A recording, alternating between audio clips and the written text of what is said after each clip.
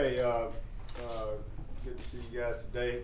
Good opener for us. You know, going back over the tape. You know, it's good to just really play a game. So we got some video to teach from, and you know, start growing some of these guys up that hadn't played yet.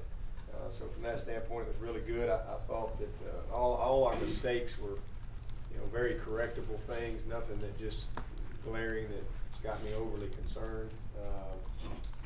And you know, biggest thing is I just want to see us continue to get better each week. That's what we're trying to do.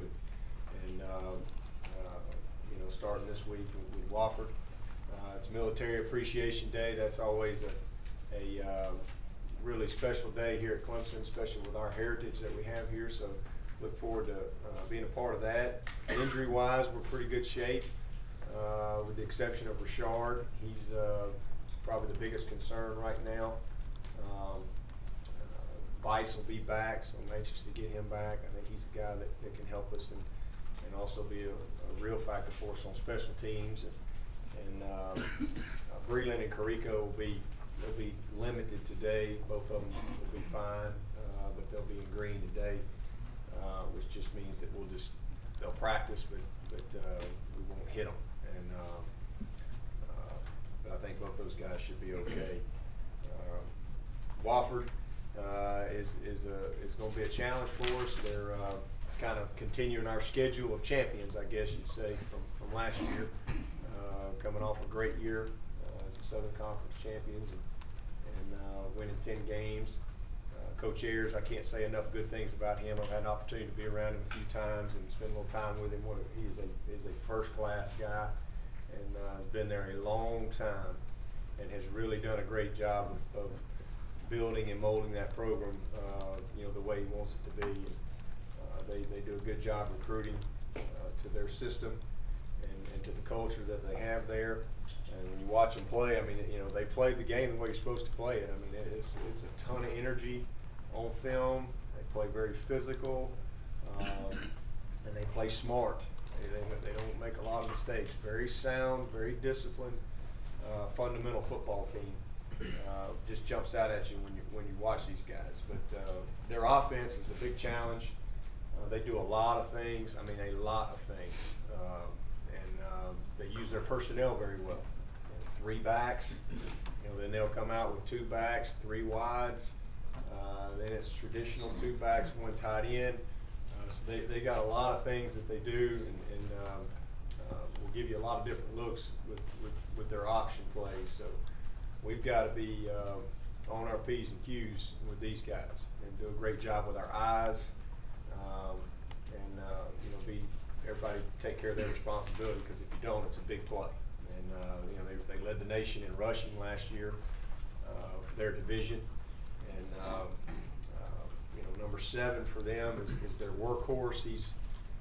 Our defensive guys describe him as Chad Deal with moves. So if you can just kind of picture that, but he's a load. He rushed for 1,600 plus yards last year. So very durable player that makes them go. He's the workhorse.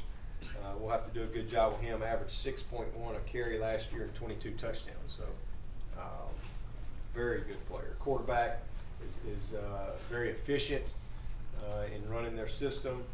They got a couple tall wideouts. They don't throw it a lot. I think they threw it about 84 times last year, but they averaged 19.2 yards a catch.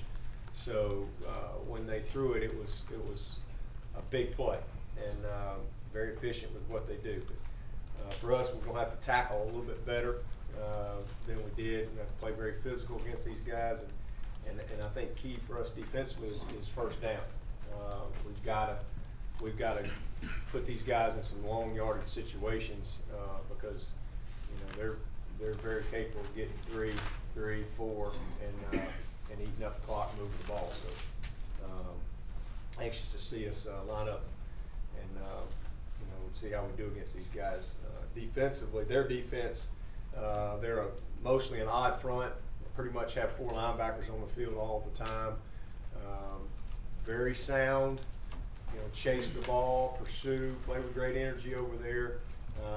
You know, don't make a lot of mistakes. Don't get out of position very often. So we'll have to be very efficient with how we execute on that side of the ball.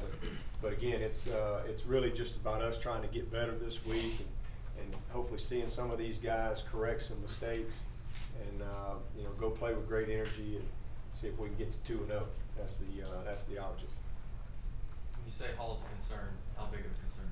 Well, it's really kind of a strange deal. He probably could play this week. He actually feels pretty good. Doesn't have any swelling or anything, but he's got what they're going to do is they're going to fit him for a kind of a high-tech special brace that supposedly relieves some of the pressure from this particular area where his knee's bothering him. And we'll probably see if we can hold him this week, see how that goes. Probably have him ready to try to hold him, and then we'll see, and how he does against Auburn. But if it does fine, responds well, next time he plays and the brace, he's comfortable with that, then hopefully it'll be fine. But if not, then it's probably a situation where it may need some surgery at some point.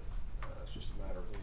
So he's our biggest concern right now. But the strange thing about it is he feels good. He's been jogging on it, and he really feels like he could play today. But it's a thing that we just gotta. Next time he does play, is it going to flare up on him? And it's not something we want to get worse. We want to make sure that it's the best situation for him. Is it MCL? Is that the? No, it's just like a little defect kind of thing that's in there that at some point is going to have some surgery. It's not a career type thing or anything like that, but at some point he probably needs to have surgery on it. But he feels good, feels like he can play, and so they're going to try this brace and just see if that'll take some of the pressure, some of the stress off of this particular area, and then we'll go from there.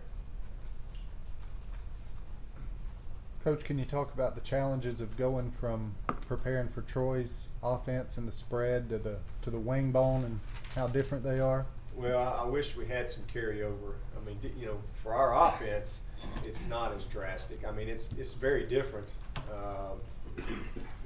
They're mostly a 4-man front and a little bit more traditional, but there's still a lot of carryover, especially when you're looking at some of the secondary things, coverages, things like that. For our offense, but for our defense, it's just completely different. There's no carryover there, but I do think that it's football. It's another opportunity to gain experience. It's still tackling and getting off blocks and playing with your eyes and executing a call and applying the system. So, from that standpoint, we've got a chance to take another step. Coach Swinney, can you talk about the importance of these in-state college football games for the overall health of college football within the state of South Carolina? Yep. Obviously, the talk between South Carolina and Clemson is huge every year. But do you feel almost responsible that teams like Wofford have gotten better over the years because of the chances they get to play Clemson and South Carolina? Well, I mean, you don't take anybody for granted. We have to prepare as hard for this game as we do anybody. I mean, these guys are a load, a challenge to prepare a football team. So, and they're capable of beating you. They went down to Columbia. I think they've been to Columbia twice in the last few years, and I think they lost 23-13 and 27-20. I believe that year they fumbled going in. This is a team that will come with nothing to lose and is gonna play extremely hard. If you don't match that kind of energy, and you go out there and you turn the ball over, you find yourself in a long battle. And I've never played Wofford, but I think somebody told me that they had the lead maybe against Clemson at some point. Is that accurate? Somewhere down the road back. And 81 at the end of the first quarter. There you go. Well, they were national champions Reading that year, so it just goes to show you if you're not ready, these guys can beat you. And so we've got our hands full. But as far as playing them, most teams play a 1AA team. We usually one a year, and I'm fine with that. But I do like keeping it in state. I think that's great for the state of South Carolina, that whether it's Furman or South Carolina State or the Citadel or Coastal or PC, Wofford, whoever. I think that's great. I think it's good for their fan base, and obviously they don't have to travel a long way, so it maximizes their revenues. And I definitely think that's a good thing for our state. But only if we win. I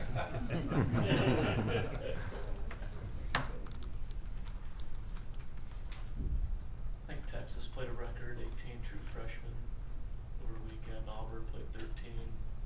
Program record 12. You see any reason why there's so many true freshmen this year being played? Well, I don't know about other places, but for for us, it's kind of, we knew this was coming just because of the way we've recruited. We've been pushing scholarships for 2 years to sign a class like we signed. We could have signed the first year. We signed 12. We could have signed 20 plus. We could have signed more the second. Our real first full class. We could have signed more. Brought 19 in here. But we kind of stuck to what we were trying to do, and it worked out well for us. But as a result, we're young, and we had to rely on some freshmen this year.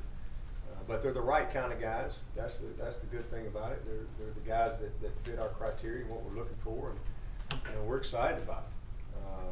We got some guys that are just beyond their years, football wise, and that's a credit to just going out and doing a good job in the recruiting side of things. And obviously you see a guy like Sammy Watkins, those type of guys. There's been a lot said about him. Then there's a guy like Robert Smith. Nobody talks about Robert Smith. He's as good a player as we signed. This kid is a football player. Coaches love him, and he showed up in his first game. Probably not a guy that many people talk about from a recruiting standpoint, but we just felt like that. We think we've done a good job the last couple of years with our system and how we've recruited it. Again, we knew that we'd have this type of year where we want to play a bunch of them. So again, key thing for us is hopefully we can kind of play them on our terms, and they're going to get better in a hurry, because we've got some smart kids in this group. What are your thoughts about how Deshaun and Grady played in your first game, kind of being thrown there in the mix as defensive tackles? Well, they did a good job. I almost had to look the other way early in the first quarter because they were in there early, and not just those two guys, but Tavares as well. He's a redshirt freshman, but he hadn't played, and it's just a whole different deal. But they did a really good job for their first game. Got a lot to learn, but I thought the biggest thing with Deshaun and Grady in particular, they had a couple of great effort plays.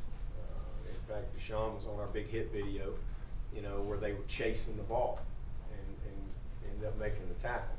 Grady over on their sideline on a screen, Deshaun on a play that came back to the middle, and he came from the nose position and made the hit. That's good to see. That's what you want to see. You want to see young guys flying around, and did not have a lot of missed assignments or anything like that. So that's a good start. Just going to get better from there. What would you like to see Taj improve on this week? I just want to see him start like he finished.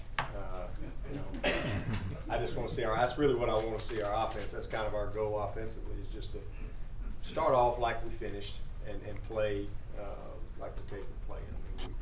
We had a rough stretch there from an execution standpoint, and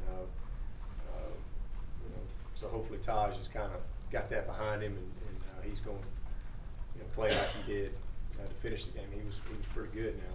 I think he was 13 of 13 at one point, and the amazing thing about it is I think